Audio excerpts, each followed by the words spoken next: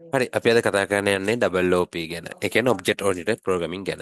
අපි අද මේක කතා කරන්න බලාපොරොත්තු වෙනවා. මේ ඔබ්ජෙක්ට් ඕරියන්ටඩ් ප්‍රෝග්‍රෑමින් කියන්නේ මොකද්ද? මොකද්ද මේකේ අයිඩියා එක? මොන වගේ තැන්වලද මේවා යූස් වෙන්නේ? අපි අද මේක මෙතන ඉන් Java කියලා තියෙනවා. අපි Java යූස් කරගෙන අපි අද පෙන්නනවා කොහොමද ඔබ්ජෙක්ට් ඕරියන්ටඩ් ප්‍රෝග්‍රෑමින් Java වල යූස් වෙලා තියෙන්නේ. එතකොට මේ ඔබ්ජෙක්ට් ඕරියන්ටඩ් ප්‍රෝග්‍රෑමින් අපිට බලා ගන්න පුළුවන් පාවිච්චි වෙනවා Java වල. ඒ වගේම තමයි C# වගේ ලැන්ග්වේජ් වල සහ තව ලැන්ග්වේජස් වල මේ ඔබ්ජෙක්ට් ඕරියන්ටඩ් ප්‍රෝග්‍රෑමින් භාවිතා වෙනවා. අපි මුලින්ම බැලුවොත් ඔබ්ජෙක්ට් ඕරියන්ටඩ් ප්‍රෝග්‍රෑමින් කියන්නේ මොකක්ද? අපි මේක අද රියල් වර්ල්ඩ් සිනාරියෝ එකක් පාවිච්චි කරලා අපි දැනගමු.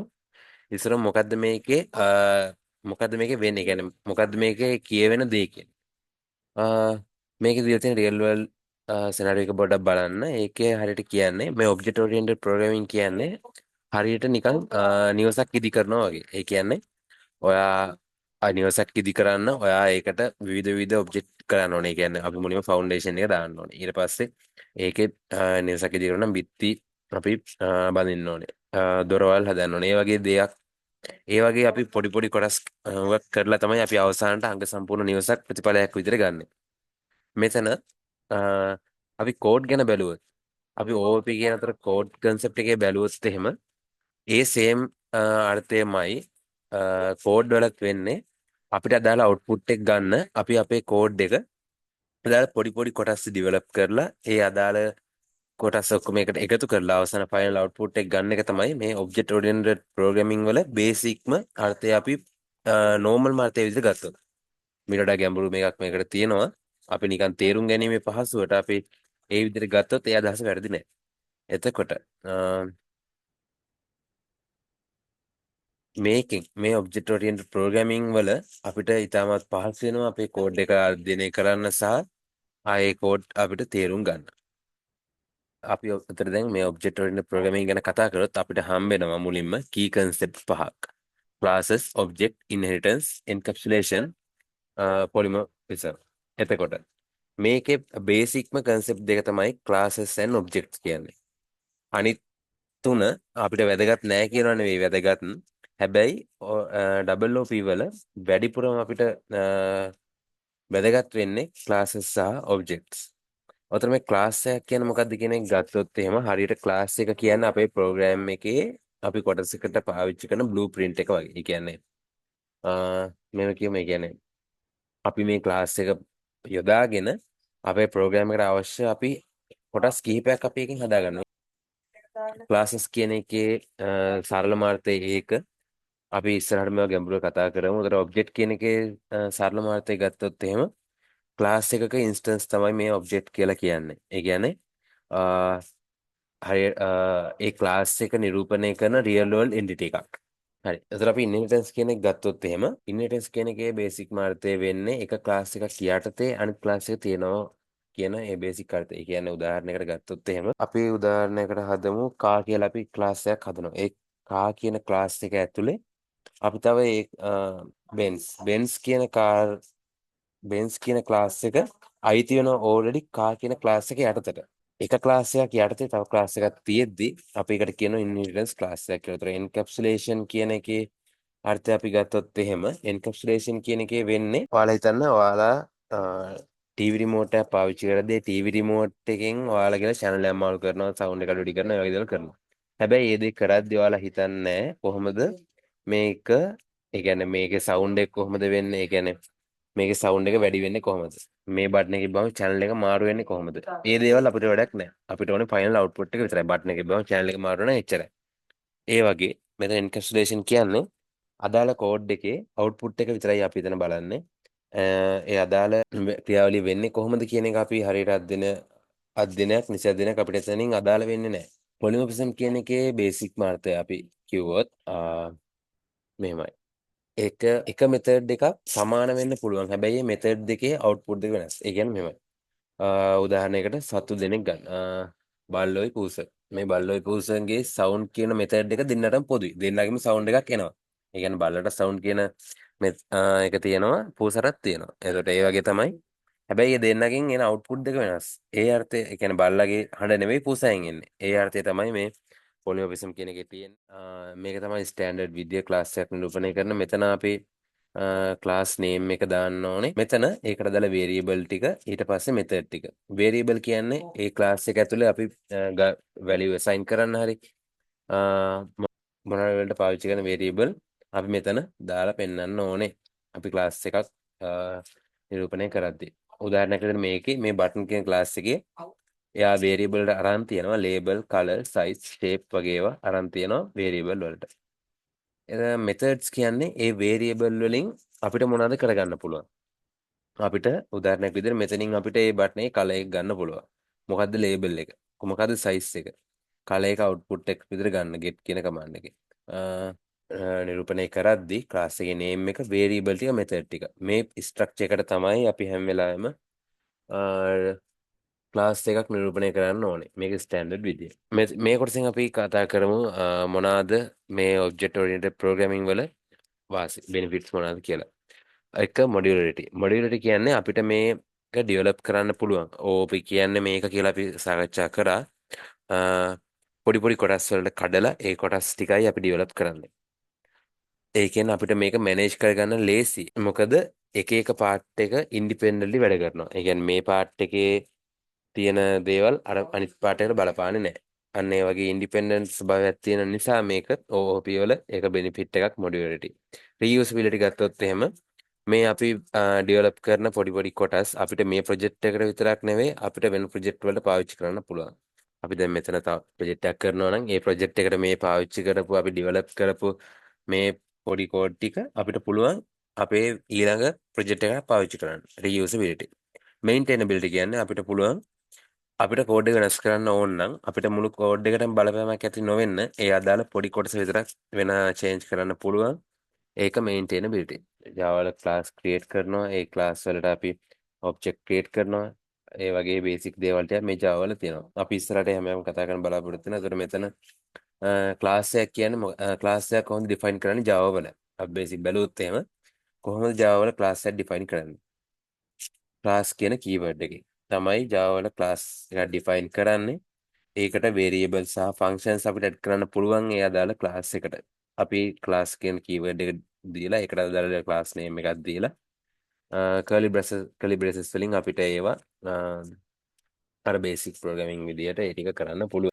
අපි මේ ක්ලාස් ඇතුලේ අපිට ඔබ්ජෙක්ට් ක්‍රියේට් කරන්න පුළුවන්. ඒ ඔබ්ජෙක්ට් ක්‍රියේට් කරන්නේ new කියන කීවර්ඩ් එකෙන් අපි මේ හැම එකක්ම ක්‍රියේට් කරලා ඒව රන් වෙන විදිය ඉස්සරහට පෙන්වන්න බලාපොරොත්තු වෙනවා. අපි දැන් අද මේ කරන්නේ OOP වල බේසික්ස්. ඒ කියන්නේ මේ අපි කතා කරන්නේ කෝඩින් නෙවෙයි. Java වල කොහොමද OOP යූස් වෙලා තියෙන්නේ. මේ තැන්වල OOP යූස් වෙලා තියෙනවා. ඒකයි අපි මේකෙන් මේ සෙෂන් එකෙන් කතා කරන්නේ අපි Java basic මුල ඉඳලම අපි කෝඩ් කරන බලාපොරොත්තු වෙනවා මේ ක්ලාස් එක ඩිෆයින් කරන තැන ඉඳලා. එතන මෙතන ඔබ්ජෙක්ට් ක්‍රියේෂන් එකක් කොහොමද කරන්නේ? new keyword එකකින්. new කියන keyword එකෙන් තමයි ඔබ්ජෙක්ට් එකක් ක්‍රියේට් කරන්නේ අදාළ ක්ලාස් එක ඇතුලේ. මෙතඩ් එකක් ක්‍රියේට් කරන්න අපි ඒ අදාළ ඔබ්ජෙක්ට් නේම් එකත් එක්ක අපිට මෙතඩ් එකක් ක්‍රියේට් කරන්න පුළුවන්. ඒ කියන්නේ ඒ ඔබ්ජෙක්ට් එකෙන් අපි මොකද්ද කරන්න බලාපොරොත්තු කියන එක අපි මේ මෙතඩ් එකෙන් පාවිච්චි කරනවා. දැනට මෙච්චරක් ඉතින් තියාගන්න ක්ලාස් එකක් Java වල කරන්නේ අපි ඉස්සර ක්ලාස් එක හදනවා. ක්ලාස් එක ඇතුලේ ඔබ්ජෙක්ට් උයි මෙතඩ් උයි හදනවා. මේක අපි උදාහරණත් එක්ක කතා කරන්නේ. අපි ඉස්සෙල්ලා කතා කරා ක්ලාස් එකක් ක්‍රියේට් කරන්න අපි ක්ලාස් කෙනෙක් කීවර්ඩ් එක පාවිච්චි කරනවා. එතකොට ඒකේ මෙතඩ් විදිහට අපිට ගන්න පුළුවන් මේක ඇක්සලරේට් වෙන්න ෆන්ක්ෂන් එක ස්ටාර්ට් කරන්න ස්ටොප් කරන්න ඒ වගේ දේවල් අපිට මේකේ මෙතඩ් විදිහට ගන්න පුළුවන්. එතකොට මේකේ ඔබ්ජෙක්ට් එකක් විදිහට අපිට ගන්න පුළුවන් අපිට මේක ඇතුලේ මේ කා කියන ක්ලාස් එක ඇතුලේ අපිට මෙතන කා කියන ක්ලාස් එක ඇතුලේ විවිධ ඔබ්ජෙක්ට් ටිකක් හදාගන්න පුළුවන්. ඒකට අපිට new keyword එක පාවිච්චි කරලා අපිට අවශ්‍ය වෙන විදිහට අපිට ඔබ්ජෙක්ට් හදාගන්න පුළුවන් ඒ ක්ලාස් එක ඇතුලේ. කා කියන ක්ලාස් එකක් අපි දැන් ඕල්රෙඩි මෙතන අපි හැදුවා කියලා කතා කරානේ. ඒක ඇතුලේ අපි මේක බලන්න create a new class sports car inherits from the car. ඒ කියන්නේ කා කියන ක්ලාස් එක ඇතුලේ අපි ස්පෝර්ට්ස් කා කියලා තව ක්ලාස් එකක් හදනවා. එතකොට ස්පෝර්ට්ස් කා කියන එක කා කියන මේන් ක්ලාස් එකේ ඉන්හෙරිටන්ස් එකක්. හරි. අපි ඊළඟ එක කතා කරොත් මෙතන තියෙනවා එක්සැම්පල් Java code එකක්. මෙතන අපි ක්ලාස් එකක් ක්‍රියේට් කරලා තියෙනවා dog කියලා. ක්ලාස් කියන කීවර්ඩ් එකෙන් dog කියලා එකක් ක්‍රියේට් කරලා තියෙනවා. අපි එතන name සහ breed කියලා variable දෙයක් අරන් තියෙනවා. මේ data type string ඒවා basic knowledge coding වල string name string breed. මෙතන අපි public මේ අරන් තියෙන method එකක්. මෙන්න බලන්න මේ class එක ඇතුලේ class කියන dog එක තියෙනවා ඒක හරි. දැන් dog කියන class එක තියෙනවා ඒක හරි. ඒක ඇතුලේ අපි variable create කරගත්තා. මෙතන දැන් අපි method create කරනවා. ඒ කියන්නේ මේ dog කියන class එක ඇතුළට අයිති method එක තමයි මේ. අතර අපි create කරලා තියෙනවා void bar. main method එක තියෙනවා මෙතන. අපේ Java වල එක සිද්ධියක් තියෙනවා අපි කොතන හැදුවත් කොතන ෆයිල් අරන් අලුත් classes අරන් හැදුවත් ඒ තියෙන හැම එකක්ම main method එකේ call වෙන්න ඕනේ නැතුව කිසිම දෙයක් කරන්න වෙන්නේ නැහැ. මෙතන මේක මෙන්න මෙතන දැන් බලන්න. මෙතන public class එක අපිට එකපාරයි create කරන්න පුළුවන්. මේවත් අපිට නැවත පාරක් අහු වෙනවා Java code කරද්දී. මෙතන public class කියන්නේ අපිට already develop කරලා දෙන class එක. මේ class එක public class එක කියන්නේ මේක එකපාරයි. ඒ කියන්නේ මේක තමයි mainම class එක මේ Java program එකේ තියෙන. හරි මේ කරලා තියෙන්නේ මෙන්න මෙතන මේ හදලා තියෙන්නේ මේ class එකේ main class එකේ dog කියන class එකට අපි object එකක් හදාගෙන තියෙනවා. අපි කතා කරා object හදන එක ගැන new keyword එක new මේ තියෙන keyword එක dog කියන class එකෙන් අපිට මෙතන කැමති නමක් දෙන්න පුළුවන්. my dog හරි ඔයාලට related ඔයාලා කැමති නමක් මෙතන දාලා හදාගන්න පුළුවන් new කියන keyword එකෙන් dog කියන ඔයාලා මේ class එක ඇතුලේ තියෙන මේ variable හෝ මේ method හෝ call කරන්න ඔයාලට මේ object එක ඕනේ. මොකද මේ class එක දැනන් හිටියට මේ variable මේ method මේ dog කියන class එක දන්නවා. ඇත්ත. හැබැයි main කියන class එක ඒක දන්නේ නැහැ. main කියන class එක දන්නේ නැහැ කවුද breed කියන්නේ කියලා. main කියන class එක දන්නේ නැහැ කවුද මේ bark කියන method එක කියලා. ඒක නිසා ඒක identify කරගන්න තමයි අපි object හදන්නේ. object හදන අරමුණ ඒක. මේ class එකට අපිට direct call කරන්න බැරි හින්දා අපි object එකක් හදාගෙන ඒ object එක හරහා අපි යාගේ name කියන එකට call කරාම මෙන්න මෙතන අපිට බලා ගන්න පුළුවන් අපි මෙතනින් ඒ name කියන variable එකට මෙතනින් value pass කරනවා මේ body කියන name එක pass කරලා තියෙනවා my dog කියන object එකේ name කියන variable එකට මෙතනත් ඒකමයි කරලා තියෙන්නේ breed කියන එකට එයාගේ වර්ගය pass කරලා තියෙනවා my dog කියන object එකේ breed කියන variable එකට මෙතන බලන්න මෙතන මේ call කරලා තියෙන්නේ my dog කියන object එකේ bark කියන මොකද්ද මේ method එකට bark කියන method දැන් මෙතන අපි ඔච්චර කතා කරේ මෙන්න මේ දෙකේ ඇදලා පෙන්නන්න මෙන්න මේ දෙකේ මේ තියෙන්නේ variable දෙක name breed කියන්නේ මෙන්න මෙතන තියෙන variable දෙක එතකොට අපි මෙතන ගත්තොත් මේ තියෙන්නේ මෙතන තියෙන method එක bark කියන method එකයි මේ call කරලා තියෙන්නේ my dog කියන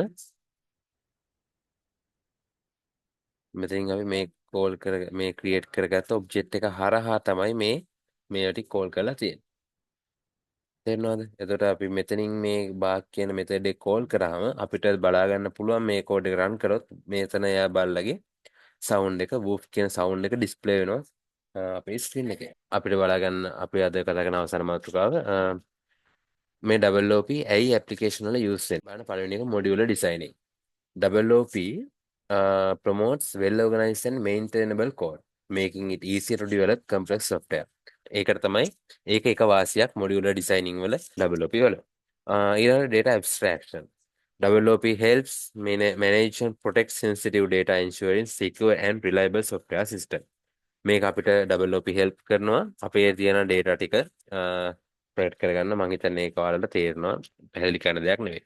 හරි දැන් මෙතන code reusability අපි මේ කලින් කතා කරා WOP වල අපිට තියෙන එක වාසියක් විදිහට අපිට ගන්න පුළුවන් අපි ඩෙවලොප් කරන පොඩි කෝඩ් කොටස් අපිට පුළුවන් නැවත පාවිච්චි කරන්න කියන එක අපි කලින් කතා කරා Java නොදැන ඊටු languages ගැන කතා කරන එක පොඩි ගැටලුවක් තියෙනවා ඒ කියන්නේ Java වල තියෙන basics අපිට ඊටු languages ගැන කතා කරද්දී අපිට ඉතා වැදගත් වෙනවා